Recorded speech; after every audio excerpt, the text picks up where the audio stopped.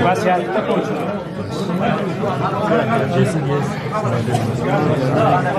ادھر پاس کرو ادھر لڑکے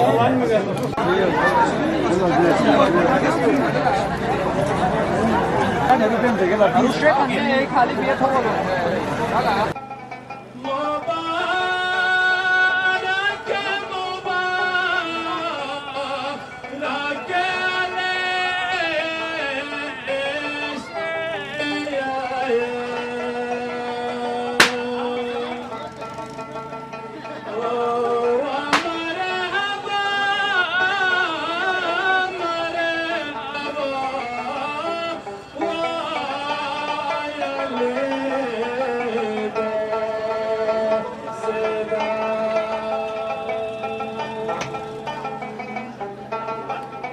اللہ الرحمن الرحیم۔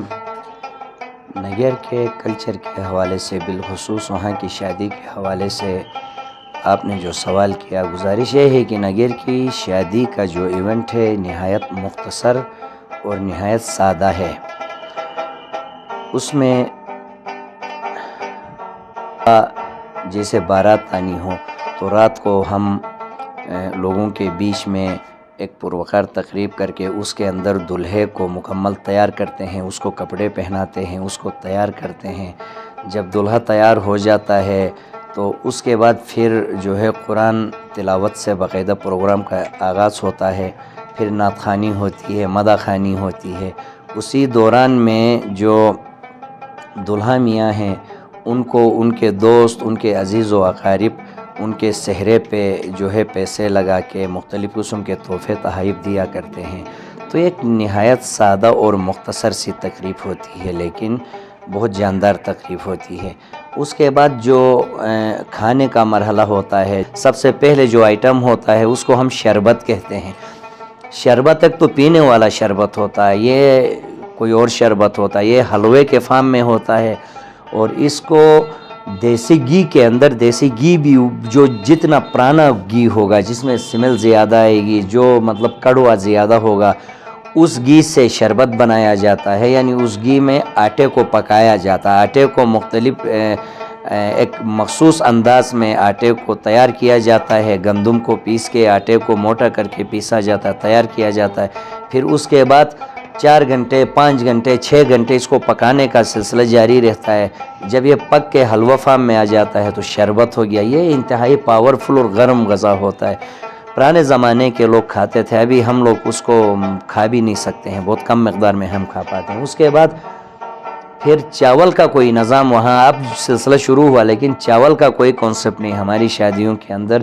خرجولی کہتے ہیں، یعنی آپ اس کو کہیں کہ جو کوکنگ آئل میں پکا ہوا گوشت ایک مخصوص انداز میں بڑے بڑے 1 کلو 1.5 کلو کی بوٹیاں بنا کے جو ہے اس کو صرف اور صرف کوکنگ آئل اور ریڈ مرچ اور نمک، اس کے علاوہ اس کے اندر اور کوئی غذا استعمال نہیں ہوتا، لیکن یہ 5-6 گھنٹے مسلسل پکتا ہے۔ اس کے بعد جا کے یہ کہیں تیار ہوتا ہے، بڑا ذائقہ دار ہوتا ہے، گوشت بڑا ٹیسٹی ہوتا ہے۔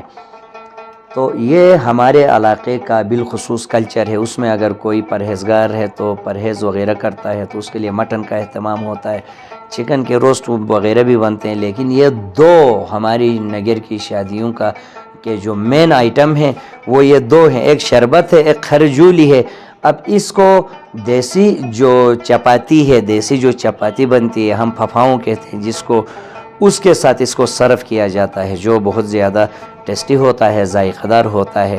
اسی طرح ایک مختصر سا کلچر ہوتا ہے، اور اس کے اگلے دن پھر یہ شادی تقریباً 50% کلوز ہو رہی ہوتی ہے، صرف باراتی جاتے ہیں دلہن کے گھر، پھر وہاں سے دلہن کے ساتھ باراتی آتے ہیں۔